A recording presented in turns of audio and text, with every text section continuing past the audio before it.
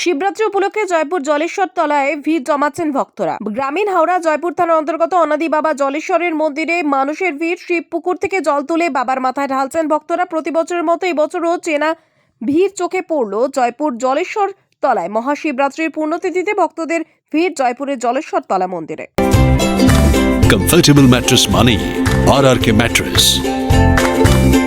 Warranty নয়, guarantee দেয় RRK mattress.